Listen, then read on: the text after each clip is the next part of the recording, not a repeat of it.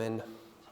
Le titre du sermon aujourd'hui, c'est « Désirer » ou « Convoiter » à l'impératif. Je parle du verset 31. On vient de lire 1 Corinthiens 12.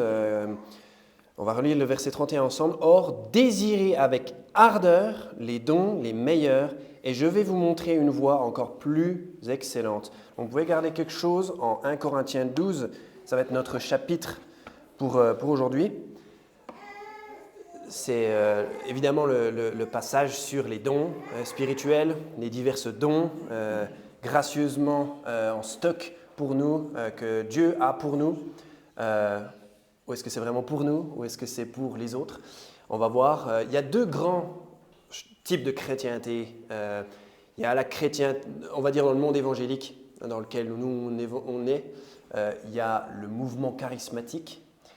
Et il y a la chrétienté authentique, fondamentaliste, conforme à la Bible, les baptistes. Les baptistes fondamentalistes. Et on va relire quelques versets. On va relire à partir du verset 27, s'il vous plaît. « Or, vous êtes le corps de Christ, dans 1 Corinthiens 12, et vous êtes ses membres, chacun en particulier. Et Dieu a établi dans l'Église, premièrement les apôtres, secondement les prophètes, en troisième lieu, les docteurs, ensuite ceux qui opèrent des miracles, puis ceux qui ont les dons de guérir, de secourir, de gouverner, de parler diverses langues. Tous sont-ils apôtres? Tous sont-ils prophètes? Tous sont-ils docteurs? Tous opèrent-ils des miracles? » J'aimerais souligner qu'au passage, au verset 30, « Tous ont-ils le don de guérir? Tous parlent-ils des langues ?» Il y a des charismatiques qui disent que si on a vraiment le Saint-Esprit, c'est qu'on parle en langue. Alors qu'on a le Saint-Esprit quand on est sauvé et quand on croit en Jésus-Christ. Le Saint-Esprit s'imprègne, vient nous habiter et il n'est pas là pour partir. Donc là, on a un véritable problème s'il faut parler des langues pour avoir l'Esprit. Tous parlent-ils des langues? Bien sûr, c'est des questions à laquelle la réponse est non. Non, autrement, il ne poserait pas ces questions. Tous interprètent-ils? Or, désirer avec ardeur les dons les meilleurs. Donc le titre, c'est « Désirer » ou convoiter, on pourrait dire aussi, puisque la King James dit « covet earnestly the best gifts ». Covet earnestly, c'est le verbe convoiter. Donc la King James dit convoiter, ici on a le verbe désirer, c'est la même chose en soi. Ça semble un peu contradictoire que Dieu nous donne ce commandement, parce que c'est un commandement, mes amis. C'est-à-dire que Dieu nous demande de désirer avec ardeur ces dons. Il nous commande, il ne nous demande pas, il nous commande de le faire. Alors que c'est le même Dieu qui nous dit en Exode 20, passage très connu, « Tu ne convoiteras point la maison de ton prochain, tu ne convoiteras point la femme de ton prochain, ni son serviteur, ni sa servante, ni son bœuf, ni son âne, ni aucune chose qui soit à ton prochain. » Et en Deutéronome 5, verset 21, on a presque exactement la même chose qui est réitérée. « Tu ne convoiteras point la femme de ton prochain, tu ne désireras point la maison de ton prochain, ni son champ, ni son serviteur, ni sa servante, ni son bœuf, ni son âne, ni aucune chose qui soit à ton prochain. » Donc, la convoitise qui est condamnée ici, c'est la racine de bien des maux. La Bible frappe vraiment dans le mille. Vous pouvez aller, on va regarder ensemble le verset dans 1 Timothée au chapitre 6. Gardez quelque chose dans 1 Corinthiens 12, on va y revenir. Allez en 1 Timothée au chapitre 6, un verset très connu mais qui n'est jamais assez répété. La Bible frappe vraiment dans le mille en fait quand elle dit ceci au verset 10. « Car l'amour de l'argent est la racine de tous les maux. Que quelqu'un l'ayant convoité, ils se sont égarés de la foi et se sont transpercés eux-mêmes de beaucoup de douleurs. » Donc l'amour de l'argent et la convoitise, c'est pas la même chose tout à fait, mais c'est vraiment, comment dire, c'est presque la même chose, on va dire. C'est très souvent, en fait, la convoitise, c'est comme un péché qui ouvre la porte à beaucoup d'autres péchés, en fait. C'est la base de beaucoup de péchés, cette convoitise-là. Et parce que celui qui convoite, celui qui a cette tendance convoiteuse, il va forcément aimer l'argent. Parce que ça va être le moyen par lequel il va pouvoir assouvir sa convoitise, va pouvoir satisfaire ces différentes convoitises grâce à l'argent. L'argent qui en soi est juste un objet inanimé, auquel on ne peut pas s'en prendre. L'argent, on n'a rien fait en fait. L'argent, c'est rien du tout. C'est juste la monnaie, toutes ces choses-là. En soi, c'est pas mal. C'est simplement l'amour de l'argent qui est problématique. Et la convoitise qui va avec, et la convoitise que l'amour de l'argent permet du coup de satisfaire. Donc, pourtant, ce même Dieu, vous pouvez retourner en 1 Corinthiens 12, vous lisez la même Bible que moi, il y a bien marqué au verset 31, « Désirez avec ardeur les meilleurs dons ». Donc cette même Bible qui nous dit de ne pas désirer, de ne pas convoiter, Dieu ici nous dit, en 1 Corinthiens 12, de le faire, de désirer, de convoiter, même avec ardeur. Et avant qu'on aille plus loin, en fait, j'aimerais introduire, on devrait désirer les meilleurs dons, c'est ça qu'on devrait désirer. J'aimerais introduire un concept tout de suite, c'est que la chrétienté, ce n'est pas à propos de nous-mêmes, la chrétienté, c'est pas à propos de nous, de notre ressenti, de nos émotions. En fait, c'est à propos de servir les autres. C'est vraiment quelque chose que j'aimerais qu'on garde en tête pour le reste. Ça paraît très basique ce que je dis, mais c'est important de le dire en fait. La chrétienté, il ne s'agit pas de oublier que vous existez. Il ne s'agit pas de moi, il ne s'agit pas de vous individuellement. Il s'agit des autres. Il s'agit de servir les autres. Donc le but de la vie chrétienne, c'est servir les autres. Bien sûr, le salut, être fils de Dieu, c'est quelque chose d'individuel, c'est un choix personnel, on a la vie éternelle, chacun de nous a la vie éternelle, et ça c'est notre bien quelque part, c'est à nous, mais j'aimerais différencier ça de la vie chrétienne. La vie chrétienne, il ne s'agit pas de nous, c'est l'inverse même en fait de ça en fait. Et Dieu nous aime, il vous aime individuellement, il aime son église locale pour laquelle il a payé, qu'il a racheté par son sang. Voilà. Mais pourquoi est-ce que donc du coup Dieu nous demande de désirer les meilleurs dons? Est-ce que c'est pour se faire valoir? Est-ce que c'est pour se faire plaisir? Est-ce que c'est pour se faire du bien? Est-ce que c'est pour s'amuser? Non. C'est un commandement de Dieu. Dieu nous dit de désirer ou de convoiter, d'après la King James, avec ardeur. Et avec ardeur, c'est important parce que ce verbe désirer, il est appesanti du mot avec ardeur. C'est-à-dire qu'on doit désirer ça de manière presque, pas avec une certaine anxiété, mais ça doit être préoccupant presque. C'est quelque chose qui nous tracasse presque, si on doit y penser, et c'est quelque chose qu'on veut vite, qu'on devrait vouloir ces meilleurs dons, on devrait les vouloir vite. Donc on nous commande de désirer ces meilleurs dons, et là il ne dit pas, donc il nous dit de convoiter ici, alors qu'il vous a dit de ne pas convoiter par ailleurs. Donc on va juste établir quelque chose tout de suite. Quelle est cette convoitise qui nous est interdite? Qu'il n'y ait pas d'ambiguïté dans ce qu'on va dire ici aujourd'hui. Donc la convoitise de l'argent, de la chair, tout ça c'est égoïste. C'est quelque chose qui est malfaisant parce que c'est tourné vers soi. Donc, alors que la convoitise des meilleurs dons, c'est justement l'antithèse de ça. C'est de cette convoitise qui est égoïste, malfaisante, qui est pour soi-même et qui est totalement défendue par le Seigneur. C'est un péché grave de vouloir les choses pour soi, en fait. C'est quelque chose qui est réprimandé dans la Bible sévèrement à maintes reprises. On va voir ça un petit peu ensemble. Donc, on va parler un petit peu de ça. Et c'est ici que vous allez voir la différence entre le mouvement charismatique et ses erreurs et ses folies, et la vraie chrétienté biblique et fondamentaliste à laquelle on croit ici, qu'on pratique. Et c'est la Bible qui va le dire, c'est pas moi, parce que la Bible c'est l'ultime autorité pour nous, pour tout ce qui concerne les pratiques et la foi. Amen. C'est comme ça. Et donc parlons un petit peu de la mauvaise convoitise. Donc la convoitise, je l'ai dit tout à l'heure, c'est la racine de presque, je ne vais pas dire tous les péchés, mais c'est quelque chose qui a dans le cœur de l'homme, pour satisfaire sa chair, qui est vraiment à l'origine de beaucoup de péchés, de beaucoup de problèmes dans la vie de l'homme. Et c'est la racine du vol, si on y repense bien. On vole parce qu'on convoite quelque chose qui n'est pas à soi, hein, ce qui est à son prochain, on le veut pour soi.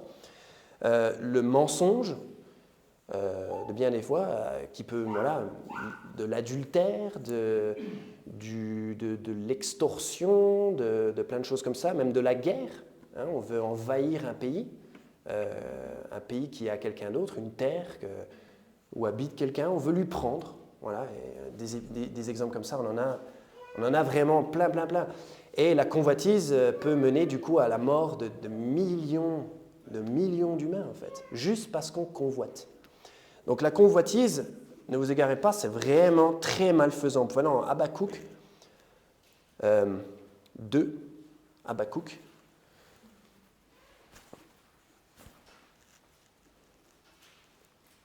On va regarder quelques versets ensemble. Habakkuk au chapitre 2, verset 9. La Bible déclare « Malheur à celui qui est convoiteux pour sa maison, d'une convoitise mauvaise, afin de placer son nid haut élevé pour être délivré de la puissance du mal. Tu as consulté la honte pour ta maison, en retranchant beaucoup de peuples, et tu as péché contre ton âme. » Donc, on va lire maintenant Hébreux 13. Vous pouvez aller en Hébreux 13. Après, on ira en Colossiens 3. On va regarder plusieurs versets. J'ai sélectionné des versets qui condamnent la convoitise. Ce n'est pas exhaustif. Hébreux 13, verset 5. Que votre comportement soit sans convoitise et soyez satisfaits de ce que vous avez, car il a dit « Jamais je ne te laisserai, ni ne t'abandonnerai ». Donc, on doit être sans convoitise.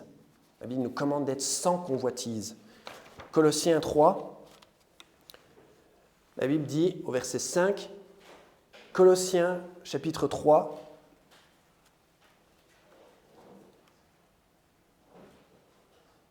la Bible nous dit de malheur à celui qui convoite, celui qui pour sa maison. Et elle nous dit qu'on doit être sans convoitise, c'est quelque chose qu'on doit fuir, qu'on doit absolument fuir. Et là, la Bible est encore plus tranchante, au Colossiens 3, verset 5. Mortifiez donc vos membres, c'est-à-dire tuez-les. Mortifiez donc vos membres, lesquels sont sur la terre, fornication, impureté, affection démesurée, mauvaise concupiscence. Allez, en plein milieu dans cette liste de choses très répréhensibles, il y a « et convoitise qui est idolâtrie ». Et je pense que ce n'est pas le thème c'est pas directement le thème du sermon, mais vous savez que Dieu a en horreur l'idolâtrie, et la convoitise pour le coup, en idolâtrie. Combien de fois Dieu s'est courroucé, combien de fois Dieu a été tellement furieux qu'il a frappé son propre peuple à cause de l'idolâtrie. Et là, la convoitise, c'est la convoitise qui est idolâtrie. Donc la Bible nous dit qu'en fait, c'est dans nos membres, c'est dans notre chair, cette tendance, et la Bible nous commence de mortifier donc nos membres, hein, c'est-à-dire de les tuer. C'est fort comme langage. Hein. La Bible dit, Paul il dit « je meurs quotidiennement ». C'est ce qu'on est appelé à faire. Et Psaume 119, vous pouvez aller en Luc 12. Luc 12, je vais vous lire Psaume 119 pendant ce temps-là. Verset 36, la Bible dit « Incline mon cœur vers tes témoignages et non vers la convoitise ».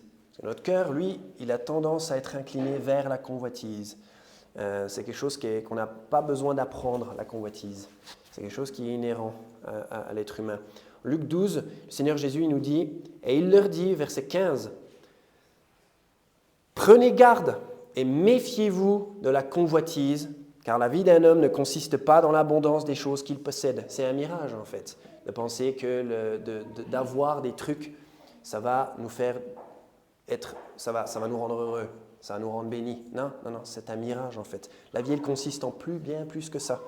C'est rien en fait ces choses-là. Dieu, il sait qu'on a besoin de ces choses-là. On n'a pas besoin de les voler à notre prochain ou de les convoiter dans notre cœur. En plus, ça ronge la convoitise. On a tous été convoiteux à un moment ou à un autre dans nos vies. On sait que ça ronge. En fait. C'est pas quelque chose qui produit des bonnes choses. Ça produit, si c'est pas stoppé, si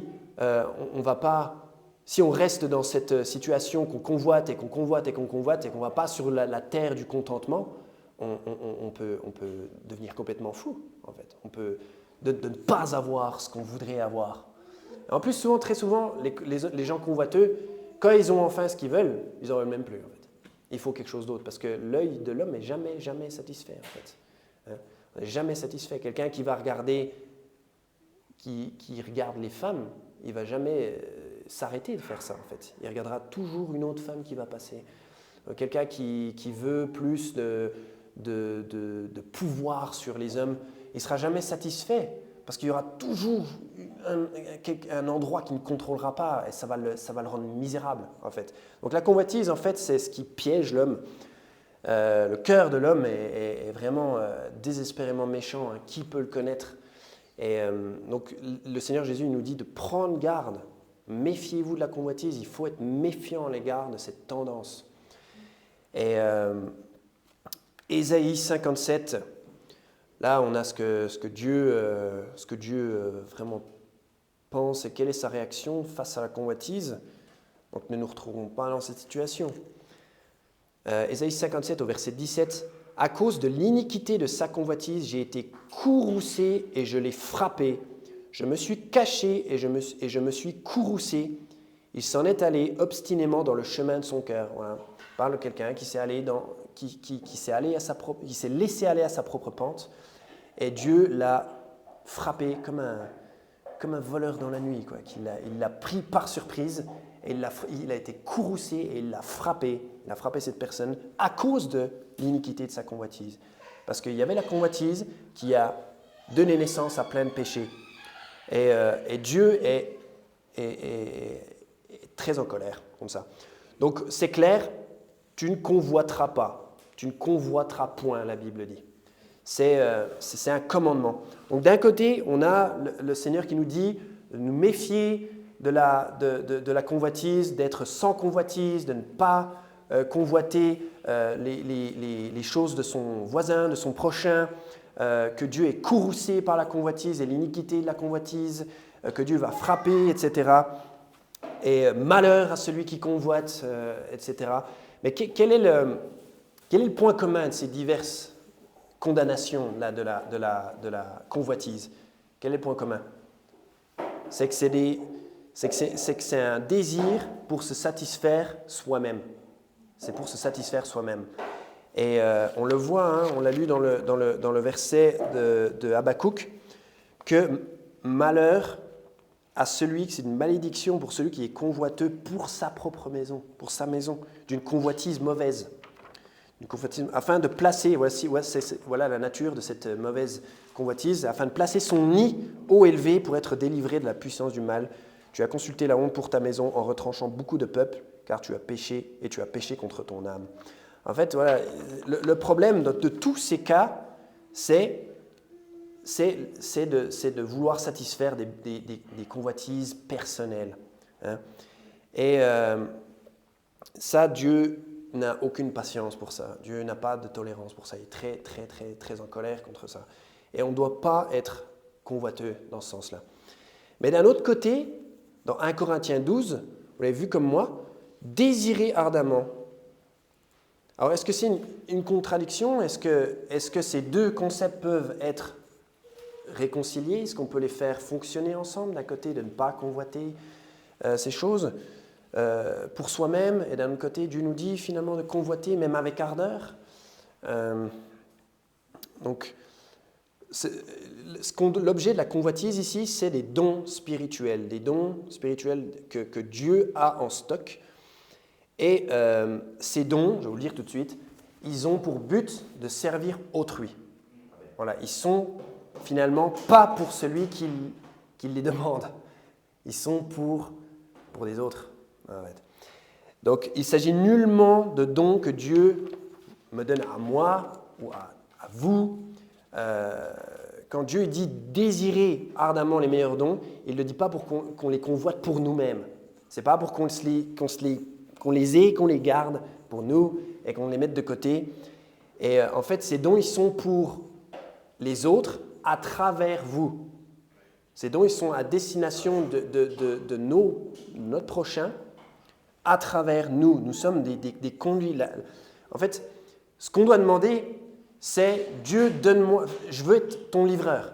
Je veux être simplement un livreur. Je veux être un conduit. Je veux être une gaine. Je veux pouvoir livrer tel ou tel don pour tel ou tel frère, pour telle ou telle sœur, pour telle ou telle personne qu'on a besoin. Seigneur, donne-moi le meilleur parce qu'ils ont besoin du meilleur. Ils ont besoin du meilleur. On doit désirer ardemment ces dons et on doit les convoiter pour les autres. Et c'est en ça qu'il n'y a rien de mal de convoiter quelque chose pour quelqu'un d'autre. Si on convoite pour soi-même, la Bible dit « malheur à toi ». Si on convoite pour les meilleurs dons de Dieu pour un frère ou une sœur, là c'est différent. C'est une obéissance à un commandement. Et ça me fait penser à frère Nathan. C'est super qu'il soit parmi nous. Il m'avait parlé d'un verset dans Exode 31. Voilà, en Exode 31, on va lire c'est Exode 31. Oui, c'est Exode 31. Oui, Exode 31. Là, on est Exode 31. Là, on a un exemple. Il y a des dons de science, des dons qui sont mentionnés dans 1 Corinthiens. Et là, on a un exemple au chapitre 31 de Exode. Vous pouvez lire à partir du verset 1. « L'Éternel parla aussi à Moïse en disant « Vois, j'ai appelé par son nom Betsalel, le fils d'Uri, fils de Hur, de la tribu de Juda, et je l'ai rempli de l'Esprit de Dieu en intelligence, en industrie et en science, et pour toutes sortes d'ouvrages, pour faire des inventions, pour travailler l'or, l'argent et l'airain, pour tailler et enchâsser des pierreries, pour tailler le bois, donc c'est des choses vraiment très spécifiques, très très hautement qualifiées, pour tailler le bois et exécuter toutes sortes d'ouvrages, et voici je lui ai donné pour compagnon Oholiab, fils d'Aïsamak de la tribu de Dan, et j'ai mis de l'industrie dans le cœur, c'est Dieu qui a placé ça dans le cœur de ces deux hommes. Oholiab, j'ai mis de l'industrie dans le cœur de tout homme intelligent afin qu'il fasse tout ce que je t'ai commandé de faire. Donc il s'agit de construire le tabernacle, il s'agit de construire ce lieu de vénération pour l'Éternel. Et tout ça, effectivement, c'est pour vénérer l'Éternel, mais c'est dans l'intérêt du peuple. C'est dans l'intérêt du peuple. Et Dieu, il a placé donc des grands talents d'ouvrage, des grandes capacités il y a toutes sortes de choses, vraiment de l'artisanat très fin, très, très compliqué, des gens qui ne sont pas forcément trouvables facilement sur le marché du travail. Et il a donné ça pour le bienfait des autres, en fait. Et on n'a pas le contexte de ces fameux, de Betsalel et de Oholiab et de tous les gens qui reçoivent l'industrie dans leur cœur. On n'a pas forcément le contexte, mais très certainement qui désiraient se mettre au service des autres pour pouvoir faire cette œuvre, ce projet de tabernacle, etc. Et Dieu a béni ça. Et c'est Dieu qui a mis ce talent dans les autres, mais c'était au final pour les autres. Dieu, il n'a pas mis ses talents dans le cœur de ces hommes pour qu'ils aient une grande carrière et puis qu'ils gagnent plein d'argent. Peut-être qu'ils ont du coup bien gagné leur vie. Peut-être la Bible ne nous le dit pas, mais ce que je veux dire, c'est que Dieu il a mis ça pour bénir cette œuvre-là. Cette œuvre qui dépasse Betsalel, qui dépasse Oholiab. C'est quelque chose de plus grand. C'est pour les autres. Et finalement, en fait, ce que Dieu a mis dans le cœur de ces hommes-là, qui en bénéficie? L'Éternel, bien sûr, parce que c'est à lui que revient toutes ces choses, mais le peuple. C'est toutes ces pierreries, tout ce qui est taillé, tout ce qui est le tabernacle, voilà, c'est fait c'est pour le bien du peuple. Voilà. Donc c'est un passage assez intéressant qui encore illustre que Dieu il donne les choses pour les autres et qu'il faut simplement se mettre au service de l'autre. Et voilà, on a tous diverses capacités et ce qu'il faut se demander, c'est comment est-ce que je peux recevoir le meilleur du Seigneur, pas pour que je sois vu, pas pour que que j'ai de la réussite à la vue des hommes et que ça s'arrête là, non, pour que je puisse donner le meilleur. Si vous savez faire de la musique, comment est-ce que vous pouvez donner le meilleur à votre église locale? Si vous avez un quelconque talent, si vous êtes doué en art plastique ou je ne sais pas, comment est-ce que vous pouvez faire des choses pour donner le meilleur de ce que Dieu vous a donné, le meilleur pour vos frères et sœurs ici. Donc voilà, c'est un thème qu'on a partout en fait, que à chaque fois que Dieu agit, que Dieu donne quelque chose, la destination finale de ce don, c'est pas la personne qui reçoit, enfin c'est pas la personne qui reçoit le don, il n'est qu'un conduit en fait. C'est juste, ça ne fait que passer. Ce don, il n'est pas pour moi, il est à travers moi. Il est à travers moi pour toi. C'est ça en fait Et je me souviens, voilà, tout à l'heure, je vous disais que les charismatiques disent ça, que si on n'a pas cette soi-disant don de parler en langue, une expression qui ne se trouve nulle part dans la King James, mais même avec cette expression bidon, on peut prendre les Bibles qu'ils utilisent et prouver qu'il ne s'agit pas de parler en charabia dans tous les cas. Mais bon, mais un pasteur, vraiment un pasteur charismatique m'a dit un jour, quelqu'un qui se prétend être un homme de Dieu, m'a dit un jour que voilà, si on ne parlait pas en langue, on n'avait pas reçu le Saint-Esprit. On n'avait pas reçu le Saint-Esprit, quoi. Si le matin, je me suis dit, mais là, il y a un problème. Il y a un problème. Parce que tous parlent-ils diverses langues? Tous parlent-ils des langues? Non. Non. Même si on parle du phénomène biblique des langues, ce n'est pas tous les chrétiens qui pratiquent ça. Donc là, on a un vrai problème. Un véritable problème. Et c'est faux. C'est faux. C'est faux. Ces choses-là sont fausses, en fait. Et il disait, qu'est-ce qu'il disait? Il disait aussi, en fait, oui, le salut, on reçoit le salut, c'est super, mais il y a un petit cadeau en plus qu'on peut demander pour soi, pour se sentir bien. Mais c'est faux, ça, c'est pas biblique, ça, c'est nulle part dans la Bible, un petit cadeau pour se sentir bien. C'est littéralement ce qu'il m'a dit, le gars. Littéralement, c'était ces mots, un petit cadeau pour se faire du bien. Comment on peut en venir à des choses comme ça? Vous pouvez retourner en 1 Corinthiens 12.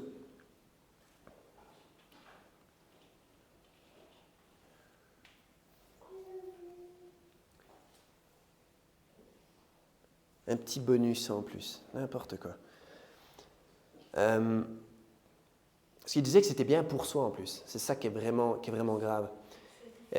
En Corinthiens 12, au verset 30, donc tous ont-ils le don de guérir? Tous parlent-ils des langues? Tous interprètent-ils?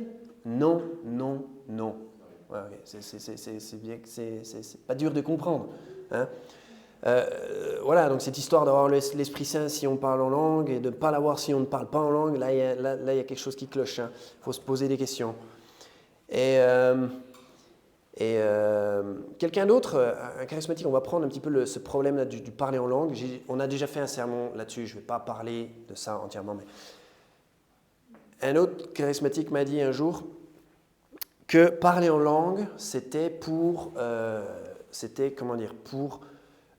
le cerveau décroche, qu'on ne réfléchisse plus à ce qu'on dise et qu'on parle de manière plus pure à Dieu. Non mais, sérieux quoi. Et c'est la chrétienté, c'est pas le bouddhisme. On ne cherche pas à se vider la tête pour être plus en communion avec un être suprême. On doit tout le temps être maître de ce qu'on pense. On est censé parler à Dieu dans une langue qu'on maîtrise. On peut parler à Dieu si vous parlez plus des langues, parlez anglais, allemand, français, vous pouvez parler à Dieu dans ces langues. Il comprend toutes les langues, Dieu. On n'est pas des musulmans. Il comprend toutes les langues. Et on n'est pas là pour décrocher notre cerveau. On n'est pas là pour faire le vide. Ça, c'est le bouddhisme ou je ne sais pas quoi. Ça n'a rien à voir avec la chrétienté. On est censé garder le contrôle de notre esprit quand on parle. À aucun moment, on est censé dérailler et puis dire n'importe quoi à Dieu. Le but des langues, peu importe ce qu'on croit là-dessus, peu importe comment on croit que ça se manifeste, le but des langues, c'est simple. Parler des langues, c'est de pouvoir parler dans la langue maternelle de quelqu'un qui ne peut pas recevoir l'évangile tout seul. Et de lui parler dans sa langue, qu'il puisse comprendre ça. Ou alors de peut-être par la puissance de Dieu, parler dans sa propre langue et que lui, il nous entende dans sa langue maternelle et que dès qu'on parle de ce qu'il faut faire pour être sauvé, cette personne comprend ce qui est dit miraculeusement. C'est un miracle, ok? Mais le but des langues, c'est pas de parler dans son petit coin et de se faire plaisir à faire des bruits. Non, le but, c'est que quelqu'un reçoive l'évangile. C'est pour ça que Dieu agit. Il met l'industrie dans le cœur des deux gars dans Exode pour qu'ils construisent le tabernacle. Il donne le don des langues pour une personne qui ne comprend pas le français ou l'anglais.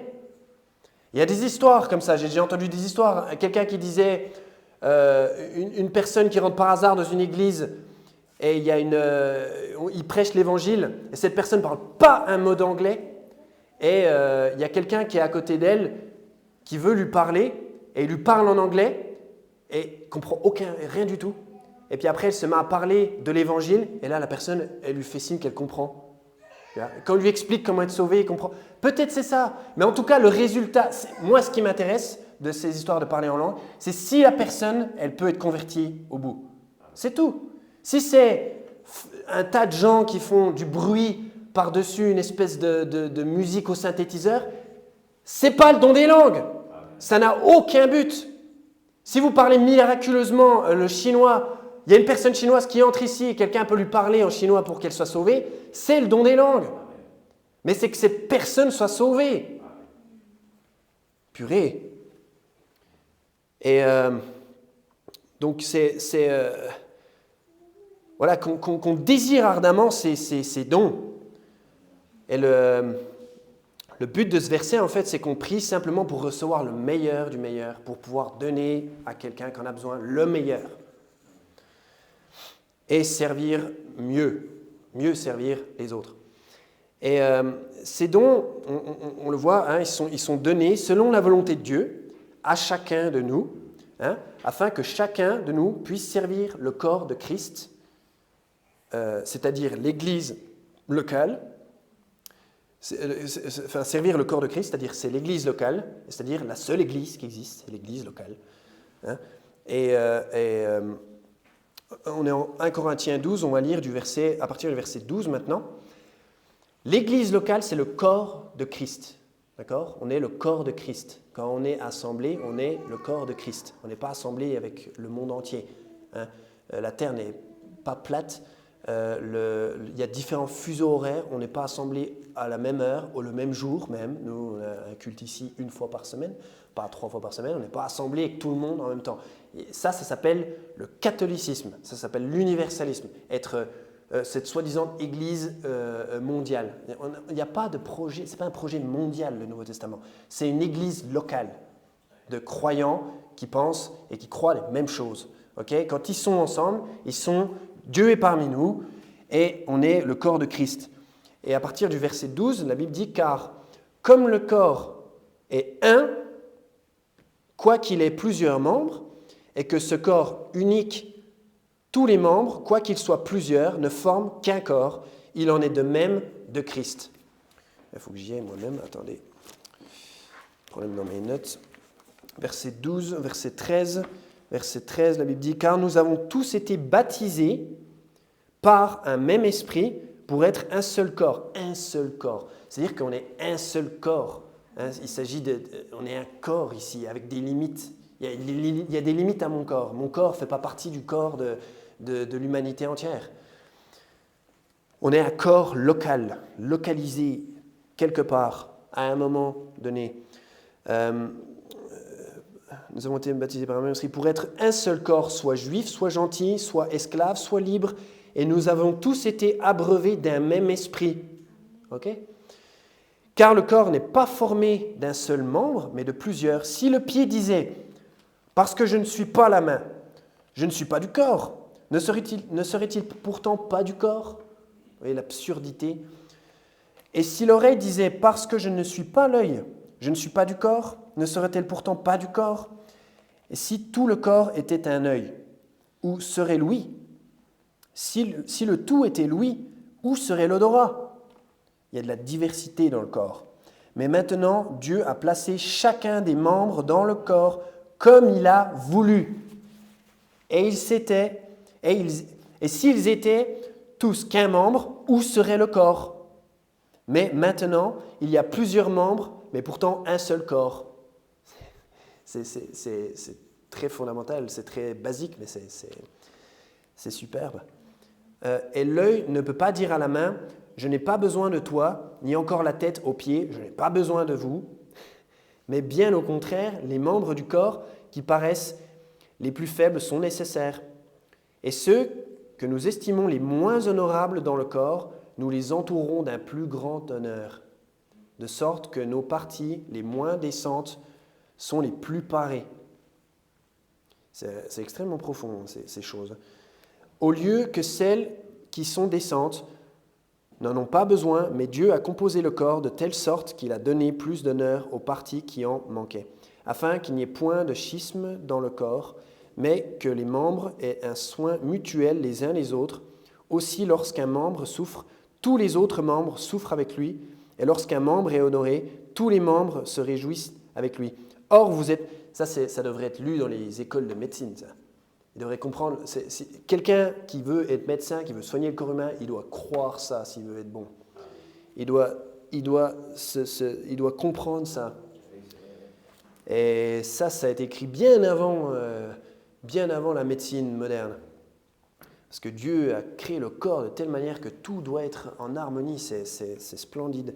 Or, vous êtes le corps de Christ, maintenant on revient à cette histoire d'église locale, et vous êtes ses membres, chacun en particulier. Et Dieu a établi dans l'Église, premièrement les apôtres, secondement les prophètes, troisièmement les enseignants, ensuite ceux qui opèrent des miracles, puis ceux qui ont les dons de guérir, de secourir, de gouverner, de parler diverses langues.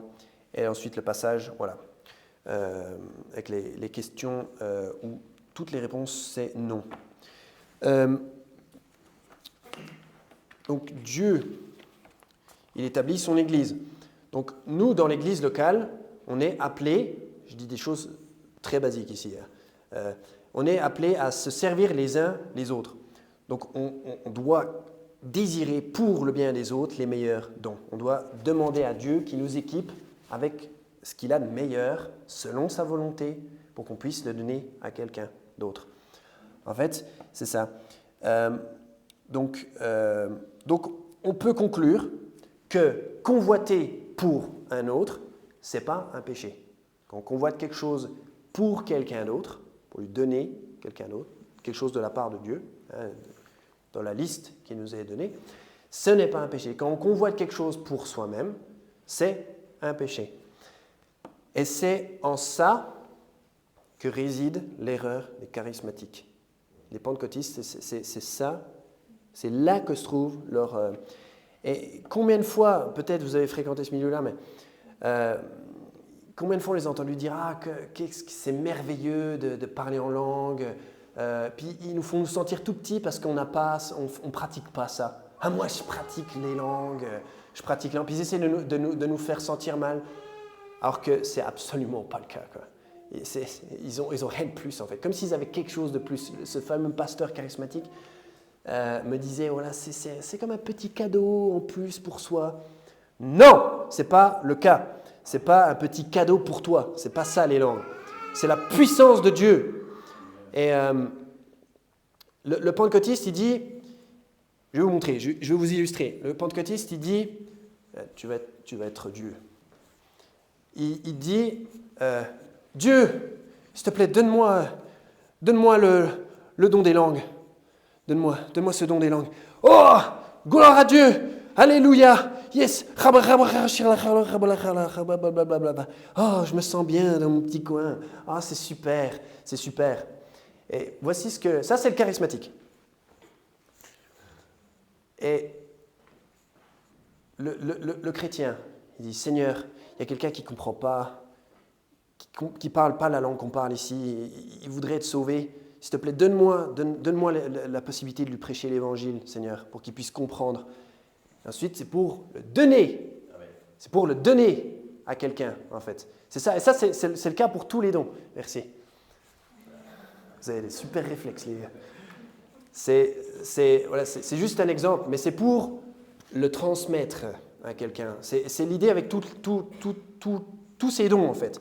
Je dis pas que le don des langues est encore, il opère encore aujourd'hui. Je ne sais pas. Okay? Moi, j'en sais rien. Mais ce que je veux dire, c'est que l'idée de ces dons, c'est pour les autres. Hein? C'est pour les autres. Et donc, ce n'est pas pour se faire plaisir. Nous, on veut parler langue pour que quelqu'un puisse recevoir l'évangile. C'est le but dans tous les cas. Voilà. Donc, quand on croit en Jésus-Christ, quand on est sauvé, le Saint-Esprit vient vivre en nous, hein, avec ou sans le khashalakhala. En général, quand on fait khashalakhala, il y a un truc qui ne va pas. Il y a d'autres problèmes que juste cette histoire des langues. Donc, il apporte avec lui les fruits de l'Esprit. D'accord ? Donc, on va aller en Galates au chapitre 5. Donc, le Saint-Esprit, il apporte avec lui des choses. Des choses potentielles en nous. Et en Galates 5, au verset 22, on a une liste. Le fruit de l'esprit est la charité, c'est un autre mot pour l'amour, la joie, la paix, la patience, la bonté, l'amour du bien, la fidélité, la douceur et la tempérance. Donc ces dons-là, en fait, ils ont à voir, ces fruits, pardon, ils ont à voir avec... on voit même que cette liste-là, elle n'est pas pour nous, en fait. On voit que c'est comment on va traiter les autres. Les fruits de l'esprit, en fait, c'est comment on traite les autres. Les fruits de l'esprit, la charité, la joie, la paix, la patience, la bonté, l'amour du bien, la fidélité, la douceur, la tempérance. Si on reste dans son coin, on ne profite pas de ça, en fait. C'est comment on va traiter autrui. Même les fruits de l'esprit sont en fait pour les autres. Et les dons de l'esprit qu'on a vus en 1 Corinthiens 12, ils sont pour le service d'autrui. Donc les fruits de l'esprit, c'est comment on va se comporter envers les autres. Hein, on le voit, la bonté, l'amour du bien, la fidélité, la douceur, la tempérance. Et en fait, on demande la joie pour pouvoir remonter le moral à quelqu'un qui n'a pas la joie. Pour la transmettre, ce n'est pas juste pour être joyeux tout seul dans son coin et en profiter tout seul. Dieu ne donne pas. Il donne pas ces choses-là pour que ce soit juste pour notre usage personnel. Ce n'est pas un usage personnel. C'est pour vous, c'est pour moi, à travers vous, etc. C'est comment on se comporte. C'est très clair. Les fruits de l'esprit, c'est comment on se comporte avec les autres. C'est des choses qui vont finalement, si ces choses-là si c'est apparent dans nos vies, ça va impacter les autres. Ça va impacter comment on va être avec les autres. Voilà. C'est partagé, transmis. Et le charismatique, lui, il va voir Dieu et il fait « Donne-moi la joie, Seigneur, donne-moi la joie » pour qu'il puisse après mettre Hillsong à fond dans sa voiture et puis être content. Être content d'entendre une chanson qui ressemble au monde, en fait. Non, c'est pas ça, en fait. Cette joie, on doit la transmettre. Quand Dieu nous met la joie, c'est les fruits de l'esprit. Il veut que ça germe en nous. Il veut que ça se passe. Mais il faut que ce soit au bénéfice d'autrui, au bénéfice de votre épouse, au bénéfice de vos amis, au bénéfice de vos frères et sœurs, au bénéfice de quelqu'un qui en a besoin. Vous voyez ? Et si vous en avez besoin vous-même, priez pour que les autres demandent avec ardeur toutes ces choses. Dieu, il veut qu'on les demande, c'est pour nous les donner. Et ce n'est pas pour son petit moment personnel, ce n'est pas pour soi. Hein? Oubliez un petit peu que vous existez. On va retourner en 1 Corinthiens 12. On y était toujours. 1 Corinthiens, chapitre 12, au verset 31. « Or, désirez avec ardeur les dons les meilleurs. Je vais vous montrer une voie encore plus excellente. S'il te plaît, Seigneur, je veux juste être ton livreur. Donne-moi le meilleur de tes dons pour telle ou telle personne, s'il te plaît. Ça devrait être notre prière. Et ensuite, il nous dit, la fin du chapitre, « Et je vais vous montrer une voie encore plus excellente. » Donc, on n'a encore rien vu. Et là, on est au chapitre 13. On va lire à partir du verset 1. « Quand je parlerai des langues des hommes, même des anges, si je n'ai point la charité, je suis comme l'airain qui résonne ou une cymbale qui retentit. » C'est vrai qui retentit dans le vide. « Et quand même j'aurai le don de prophétie et que je connaîtrai tous les mystères et toute la science. » Je vous préviens, ce n'est pas possible de tout connaître. Même si on connaissait tout. Et quand même, j'aurai toute la foi jusqu'à transporter les montagnes. Si je n'ai point la charité, je ne suis rien. Et quand même, je distribuerai tous mes biens pour la nourriture des pauvres, et quand même je livrerai mon corps pour être brûlé, si je n'ai point la charité, cela ne me sert de rien. Donc c'est clair que dans ce passage, ce petit extrait-là, la charité, c'est-à-dire l'amour, ça surpasse tous les dons spirituels. Même les meilleurs dons, ils sont complètement vains et inutiles finalement. Je dis, je ne suis rien, cymbale qui retentit, cela ne me sert de rien. Tout cela, c'est vain, c'est vide, ça ne sert à rien, ça ne profite à rien du tout. Si la charité est absente dans l'équation. Et ensuite, verset 4, « La charité est patiente, elle est pleine de bonté, la charité n'est point envieuse, elle n'est point convoiteuse, elle n'est point envieuse, la charité ne se vante pas, elle ne s'enfle point d'orgueil, elle n'est point malhonnête, elle ne cherche point son intérêt, elle ne s'aigrit point, elle ne pense point à mal, elle ne se réjouit point de l'injustice, mais elle se réjouit de la vérité. Elle supporte tout, elle croit tout, elle espère tout, elle endure tout. Là, voilà en Philippiens 2. Donc on voit qu'on en revient toujours à la même chose en fait. Tout ça, ça nous mène, c'est l'antithèse de la convoitise humaine, basique, naturelle, charnelle, qui est chez nous si problématique. C'est un peu comme un cancer, la convoitise. C'est une maladie. En Philippiens 2, pendant cela, moi je voulais vous lire Jean, et chapitre 14, verset 13. « Est-ce que vous demanderez en mon nom, je le ferai afin que le Père soit glorifié dans le Fils. » Il faut demander. « Et ce que vous demanderez, je le ferai. » Jésus l'a dit. Il faut savoir quoi demander. Et Paul, dans Philippiens 2, là vous y êtes normalement, Paul nous parle, donc dans 1 Corinthiens 13, donc Paul nous parle des caractéristiques de l'amour, d'accord, de la charité, et on en revient toujours au même point. Voilà, c'est ce que je disais, la clé de voûte, c'est sur quoi Paul insiste, c'est le fait de faire passer les autres avant nous. Voilà, c'était ça le point de cette idée de la charité, quoi. La charité surpasse tous les autres dons.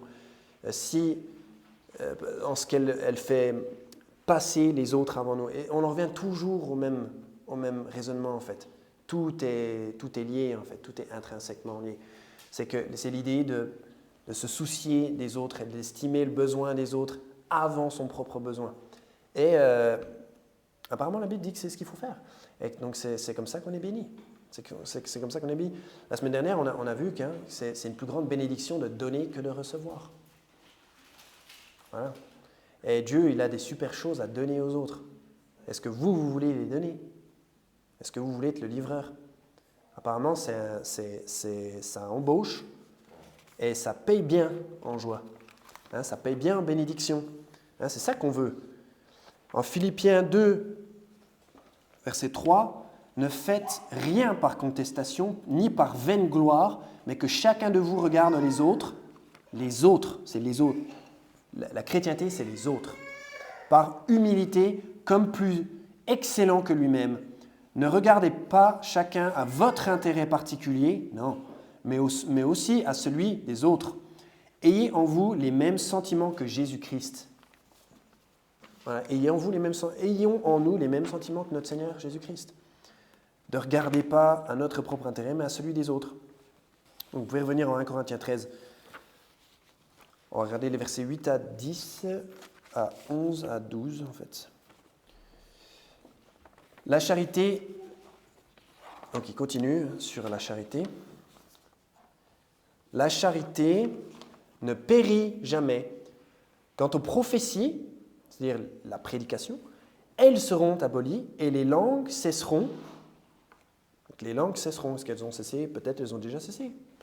Et la science sera abolie, car nous ne connaissons qu'imparfaitement et nous ne prophétisons qu'imparfaitement. Mais quand ce qui est parfait viendra, alors ce qui est imparfait sera aboli. Quand j'étais enfant, je parlais comme un enfant, je jugeais comme un enfant, je pensais comme un enfant, mais lorsque je suis devenu homme, j'ai abandonné ce qui était de l'enfant. Maintenant, nous voyons par un miroir, obscurément, mais alors nous verrons face à face. Maintenant, je connais imparfaitement, mais alors je connaîtrai comme j'ai été connu. Donc les dons spirituels, ils sont temporaires.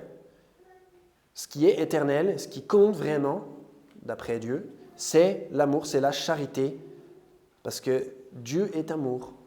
C'est ce qui compte vraiment, ce qui est éternel, c'est l'amour.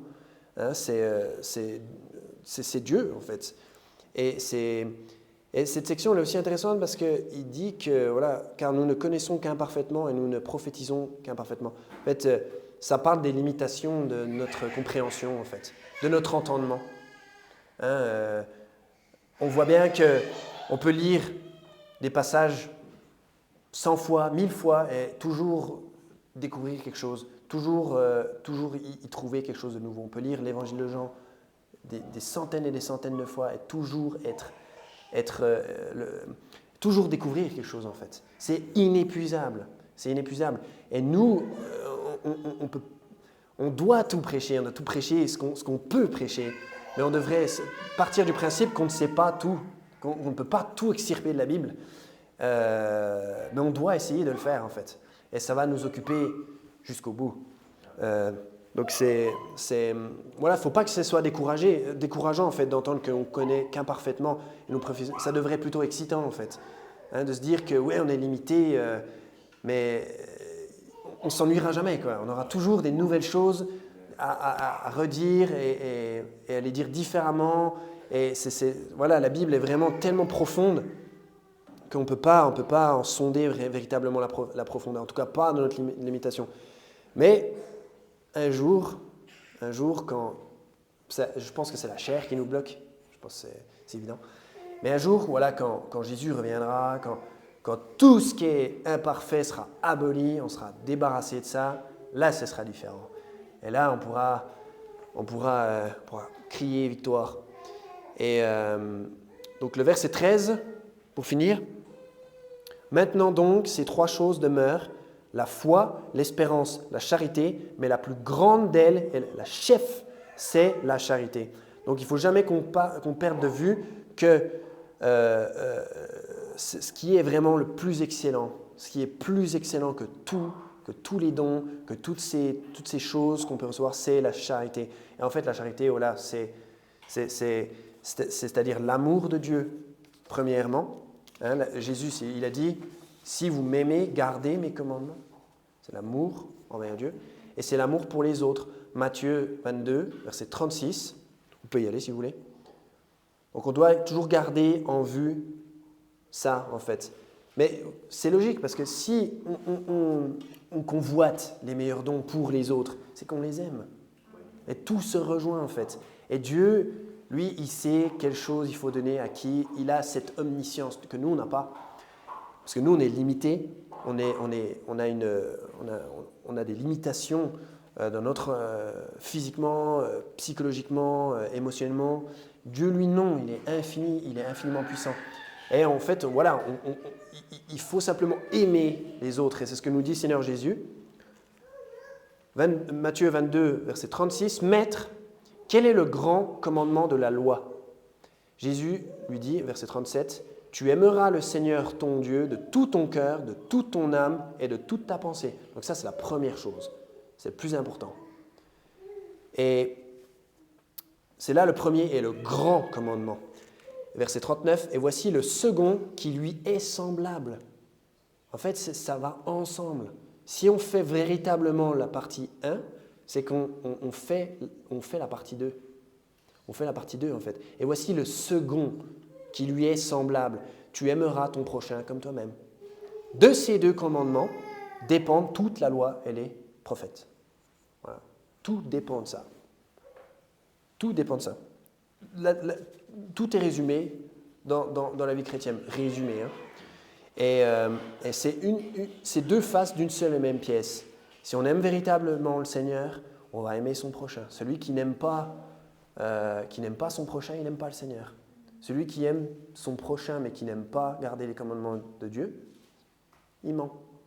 Moi, je vais croire ce que dit Jean dans son épître, je vais croire ce que dit Jésus. Je ne vais pas croire celui qui me dit qu'il aime Dieu. En fait, il ne suit pas Dieu. Si vous m'aimez, gardez mes commandements. Il ne dit pas si vous m'aimez, faites à peu près ce que je dis, soyez dans l'esprit de ce que j'ai raconté. Non, gardez mes commandements. Si vous m'aimez, gardez mes commandements. Et donc voilà, donc la Bible nous dit désirez avec ardeur les meilleurs dons, convoitez-les. C'est un commandement, convoitez-les. Et donc on a vu que ces dons ne sont pas pour nous, ils sont pour les autres à travers nous. Et que nous, nous ne sommes que des conduits, nous ne sommes que des livreurs.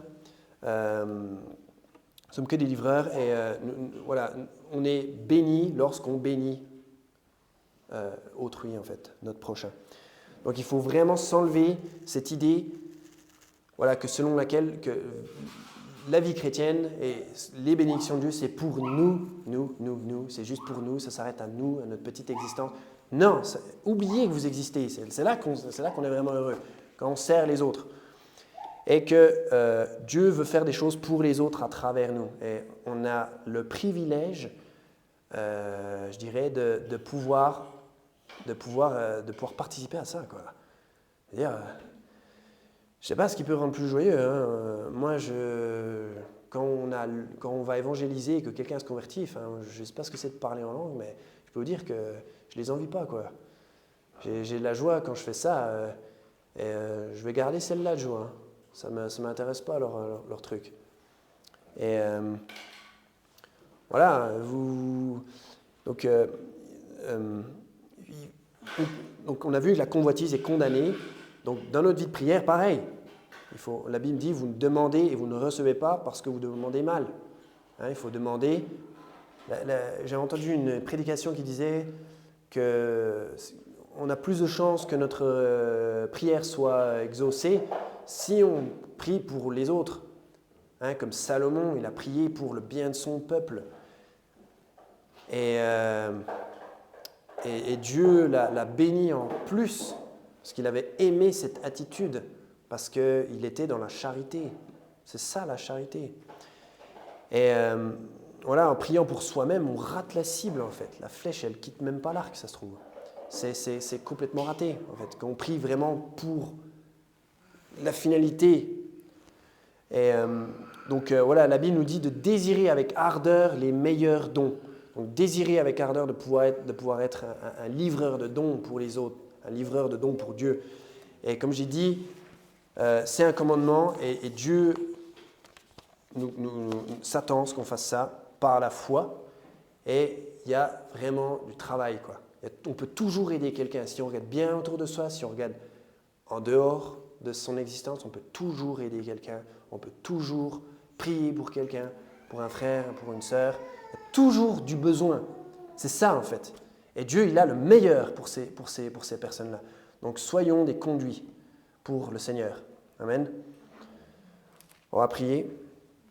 Seigneur, merci pour ta générosité. Seigneur, merci d'être aussi bienveillant pour nous tous, d'avoir les meilleurs dons en stock. Seigneur, merci.